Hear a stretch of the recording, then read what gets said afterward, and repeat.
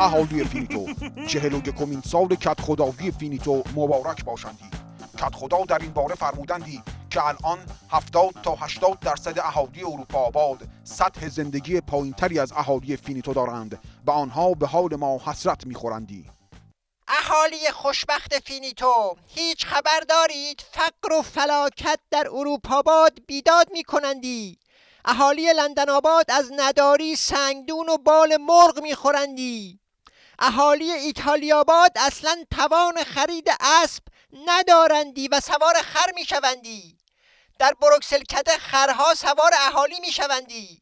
اهالی اسپانیا آباد که از بیکاری دنبال گاوها میکنندی.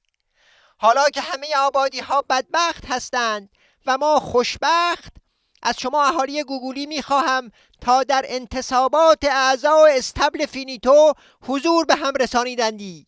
اونهایی که از فیس من خوششون نمی آیندی هم بیایندی. قول میدهم کدخدای گوگوری مگوری باشمندی.